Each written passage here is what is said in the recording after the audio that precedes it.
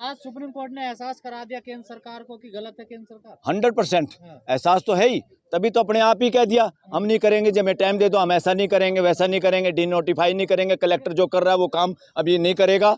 ये सारा का सारा एक तरह से स्टे है, प्रेशर है कहीं ना कहीं, उनको समझ लिया कि कोर्ट ऐसा करने जा रही है, मगर उन्होंने अपनी दलील दे के बस 100%। अगर 16वीं शताब्दी के कागज देखेंगे ना, बहुत सारे मंदिरों के अगर असली कागज देख लिए और खुदाई करके देख लिया ना, बहुत सारे मंदिर तो अभी से बौद्ध विहार घोषित करने पड़ेंगे। जो कह रहे थे कानून तो सदन ने बनाया है, मानना ही पड़ेगा, क्या कोर्ट ने उसको करारा जवाब दिया है? अरे अमित शाह कितने लोग हैं कि कह रहे थे, अमित शाह कह रहा था, ऐसे बोलो ये कह रहे थे, क्या होता है? तुम कह रहा है और वो कह रहे हैं, क्या है ये? बहुवचन है, कई लोग हैं क्या? अमित शाह कह रहा था, गलत कह रहा था, गलत कह रहा था, नॉनसेंस भाषा बोल रहा था। उसको मालूम नहीं कि तुम्हारे बनाए हुए हर कानून को नेस्तानबूद कर सकती है सुप्रीम कोर्ट और हाई कोर्ट और देश के वकील।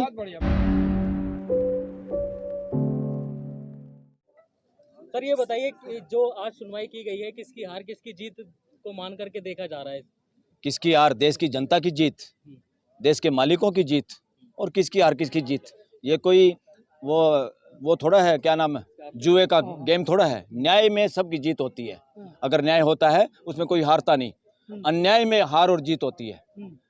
कोर्ट भी अगर कोई फैसला सही करती है, बेशक एक आदमी को जिसको तुम कहते हो हार गया और दूसरा जीत गया, अगर दोनों को ये पता चल जाए गड़बड़ करने वाले को भाई मेरी गलती थी, वो एहसास कराना न्यायिक व्यवस्था का काम है।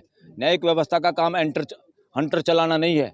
न्यायिक व्यवस्था का काम है कि देश के सभी पक्ष उसमें सेटिस्फेक्शन लेके जाएं न्यायिक दरवाजे से, चाहे हाई कोर्ट हो, सुप्रीम कोर्ट हो, चाहे डिस्ट्रिक्ट कोर्ट हो।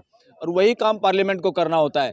कानून बनाते वक्त बेशक एक पक्ष के लिए कानून बना रहे हैं, जरूरी है देश के लिए, मगर उस कानून से देश के 142 करोड़ लोगों की तसल्ली होनी चाहिए, वो असली कानून है। अगर उस कानून से एक पक्ष खुश होता है और दूसरा पक्ष नाराज होता है, वो देशद्रोह है, वो कानून नहीं, वो बदमाशी है, गुंडागर्दी है। वो गुंडागर्दी पार्लियामेंट भी कर सकती है। पार्लियामेंट जो बेवकूफ़ी करती है उसका अंजाम भुगतना होता है, जैसे आज भुगत रहे हैं। कितने लोग मुकदमा लेके आए हैं, जिस सुप्रीम कोर्ट को और मुकदमे निपटाने चाहिए थे, उनको वो काम करना पड़ रहा है जो पार्लियामेंट बेवकूफ़ी से कर नहीं पाई। अगर पार्लियामेंट काम करती, अपनी ड्यूटी करती, सबकी राय मशवरा लेके करती और जो लोग इफेक्टेड थे उनकी बात मान के करती, घर में जिसके खिलाफ हम फैसला ले उसको गुड फेथ में लिए बगैर वो घर टूटते हैं, उस घर में विभाजन होता है, उस घर में कलेश होता है।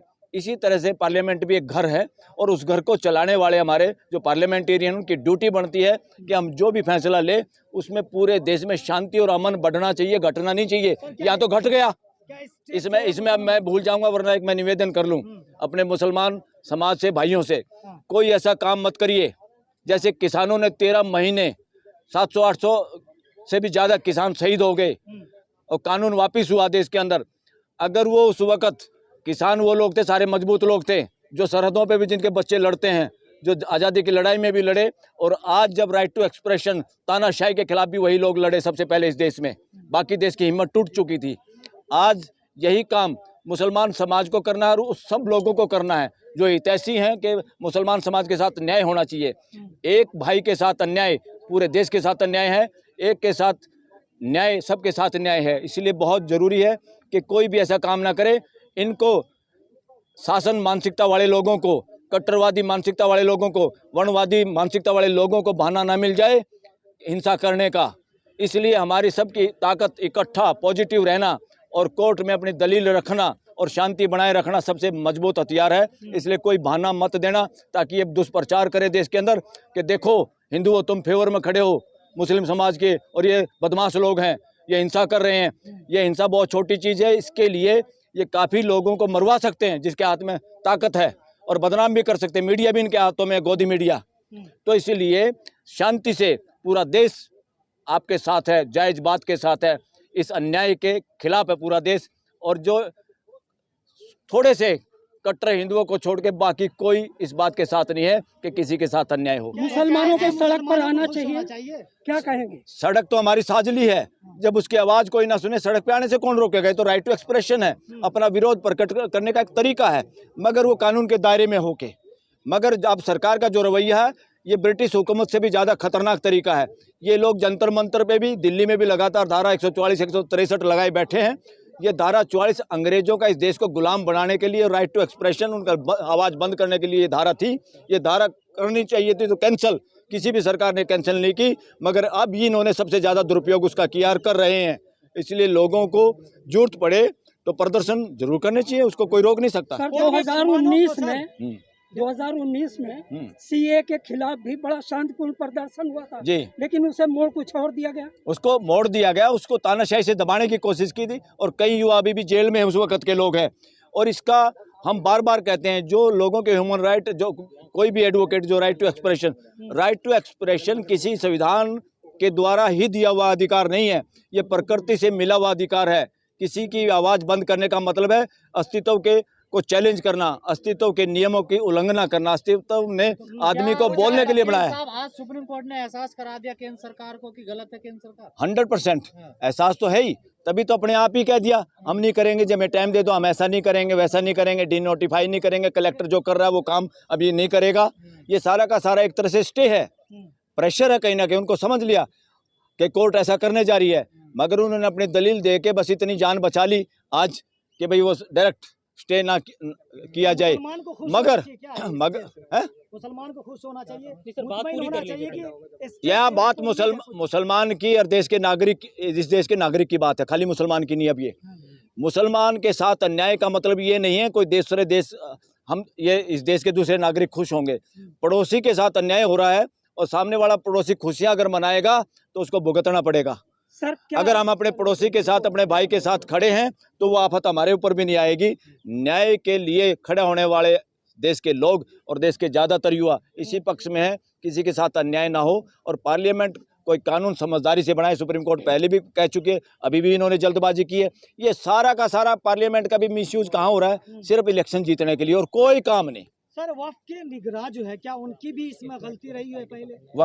वक्त जो निगरानी में थे, जो निगरानी जिनके में थी। देखिए, सुधार की तो जरूरत है हर जगह पे। ये खाली सुधार फिर वक्फ में नहीं है और खाली मस्जिद में नहीं है, ये मंदिर में भी है, मठों में भी है। ये सारे के सारे केंद्र इस तरह के हो गए। बहुत जगह तो धार्मिक स्थान हमारे हो गए हैं देश के लोगों को कट्टर बनाने के लिए।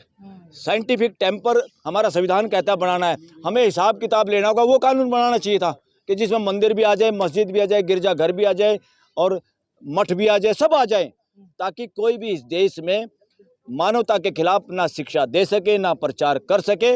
और जो भी कहीं इलीगल बना भी हुआ है तो मान लो आज के दिन या तो उसको लीगल करने का तरीका एक ही कानून बनाए। जैसे पंचायतों की ज़मीनों में कई राज्यों ने कानून बनाए कि भाई पंचायतों की ज़मीन पे झगड़े हैं गाँवों के और जिसने कब्जा किया हुआ है, तो कई स्टेटों ने कानून बना दिए कि भाई इसकी कीमत रख दो इस ज़मीन की, ताकि ये भी मालिक बन जाए और गांव से झगड़ा भी निपट जाए, पंचायत की आमदनी भी हो जाए। तो वक्फ पे भी मान लो किसी का कब्जा है, लिटिगेशन है, सालों साल चलेंगे, अरे कानून बनाते, कोई ना कोई दर फिक्स करते, रीजनेबल बात करके पूरे समाज से, जो कब्जे में बैठे वो भी, वक्फ के जो लोग हैं वो भी, समाज के लोग हैं वो भी, सबको बिठाते, सॉल्यूशन निकल जाता है। जब हम पूरा परिवार बैठता है तो कोई समस्या बचती है क्या?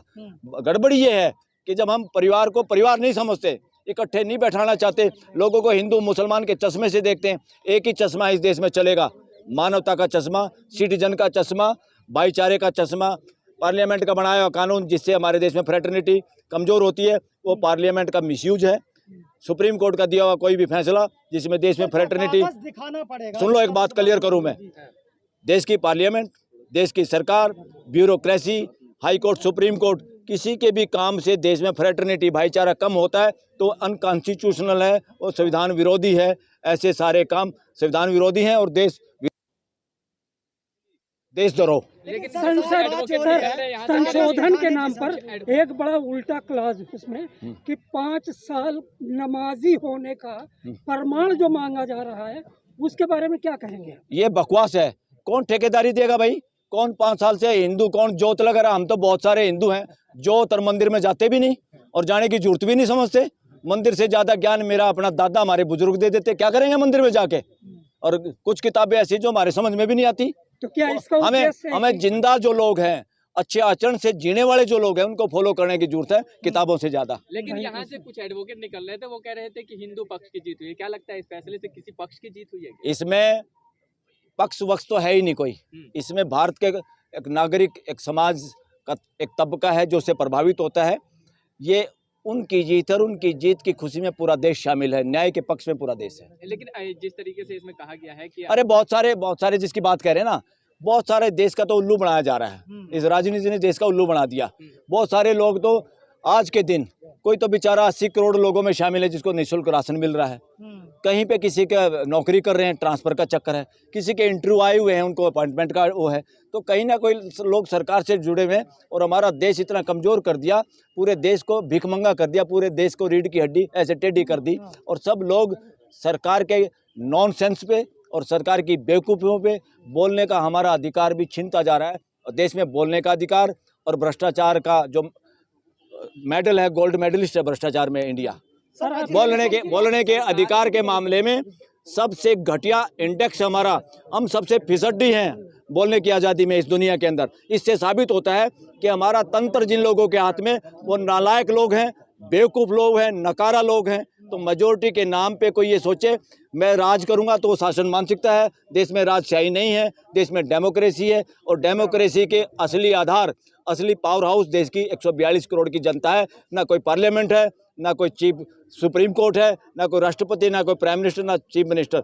देश के लोग और देश के लोगों का भाईचारा इस देश का संविधान के हिसाब से सबसे मजबूत चीज़ है। सर, क्या आपको लगता है कि सरकार एक आदमी क्या आपको लगता है कि सरकार इसके बाद कोई कदम वक्फ को हटाने के लिए नहीं उठाएगी?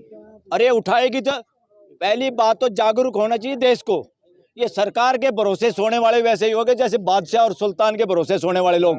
तो वहाँ बादशाह या सुल्तान या राजे महाराजे हमारे क्या करते थे, देश जाए बाढ़ में, देश के बच्चे चाहे रांडे घूमे, वो अपने कहीं कहीं 1000 रानियाँ रख लेते थे। तो किसके चक्कर में रहो आप? डेमोक्रेसी जब चलेगी जब देश के लोग जागरूक होंगे। डेमोक्रेसी तभी काम करेगी जब देश के लोग हिसाब मांगेंगे, जागते रहेंगे। घर का मालिक नहीं जागना बंद कर देगा तो खुद का चौकीदार घर वाले की भी हत्या कर देगा, सारा सामान लूट के भाग जाएगा। क्या अमित शाह जो कह रहे थे, अमित शाह जो कह रहे थे पड़ेगा, जिस तरह से कोर्ट ने भी कहा कि 14वीं और 16वीं शताब्दी का जो जमीन है उसको कैसे कागज दिखाएंगे, कहाँ से लाएंगे? 100% अगर 16वीं शताब्दी के कागज देखेंगे ना, बहुत सारे मंदिरों के अगर असली कागज देख लिए और खुदाई करके देख लिया ना, बहुत सारे मंदिर तो अभी से बौद्ध विहार घोषित करने पड़ेंगे और करने चाहिए। जो असल में ये देश सनातनी देश था और इसमें असल में जिसका एक बोलबाला दुनिया में भी है अहिंसा के नाम पे, वे बौद्ध परंपरा को नष्ट करके ही सो कॉल्ड कट्टर हिंदुत्व पैदा हुआ। ये असल में बौद्ध का देश है, सनातनी परंपरा का देश है और सनातनी परंपरा को एग्जिस्टेंस सह अस्तित्व में विश्वास करती है। पूरी दुनिया, पूरी कायनात सह अस्तित्ववाद ही मानवता का एक शरण सतली है। सब मिल के रहेंगे तभी हमारी सबकी नैया बेड़ा पार होगा। इसमें हिंदू मुसलमान का कोई मायने नहीं। अमित शाह जो कह रहे थे, कब्जा मुक्त कराना नहीं, आप एक मिनट। अमित शाह जो कह रहे थे कानून तो सदन ने बनाया है, मानना ही पड़ेगा, क्या कोर्ट ने उसको करारा जवाब दिया है? अरे अमित शाह कितने लोग हैं कि कह रहे थे? अमित शाह कह रहा था, ऐसे बोलो। ये कह रहे थे क्या होता है? तुम कह रहा है और वो कह रहे हैं, क्या है ये? बहुवचन है, कई लोग हैं क्या? 10 सिर वाला आदमी है क्या? हाँ, ये ए लगाना बंद करो। इस देश का मजबूरी में भिखारी भी उतनी इज्जत रखता है जितना इस देश के राष्ट्रपति भवन में बैठी हुई राष्ट्रपति और प्राइम मिनिस्टर। ये ए हो जाता है और आप आ रहते हो। अमित शाह कह रहा था, गलत कह रहा था, नॉनसेंस भाषा बोल रहा था। उसको मालूम नहीं कि तुम्हारे बनाए हुए हर कानून को नेस्तानबूद कर सकती है सुप्रीम कोर्ट और हाई कोर्ट और देश के वकील। वो गलत कह रहा था। उसको पूरा पता नहीं है संविधान में क्या क्या प्रोविजन है। कानून निरस्त होगा? निरस्त शब्द भी एक घटिया नेगेटिव शब्द है। भंग हो जाएगा। जो चीजें संविधान के खिलाफ हैं उसको भंग होना ही पड़ेगा, आज नहीं तो कल। बशर्ते देश के लोग, हमारे युवा जागरूक रहें। और आप लोग भी, मुसलमान समाज को भी है और हर समाज को रिक्वेस्ट है, आप खाली दायरे में मुसलमान वाले बाड़े में ना रहिए। आप भारत के नागरिक हैं और पूरा भारत का समाज आपका अपना है। उस फ्रेटर्निटी को बढ़ाइए। ये कानून तो धराशायी हो जाएंगे और भी आएंगे, वो भी हो जाएंगे। आज हमारे साथ इतने बड़ी तादाद में हिंदू, हमारे एडवोकेट हिंदू लोग रहे तो हम कैसे बाहर नहीं रहेंगे? एक मिनट। कब्जा हुआ था वो कब्जा मुक्त होगा। क्या सरकार के लिए जागरूक करने के लिए मुस्लिम कौम को जागरूक किया जाएगा। जो गरीब है उनको हक नहीं मिला, हक मिलेगा इस कानून से। ये जागरूक की भाषा के पहले हिंदुओं को तो जागरूक कर लो। कितने सारी कमियां हैं हमारे सिस्टम में। फुटपाथों पे मंदिर बने हुए, आने जाने के रास्ते रुके हुए हैं। काहे के जागरूक के ठेकेदार बने? पहले अपना घर साफ करो, फिर अपने भाई को कहो। खबरों में बने रहने के लिए फोरम 4 को सब्सक्राइब करें, और नोटिफिकेशन पाने के लिए बेल आइकन दबाएं।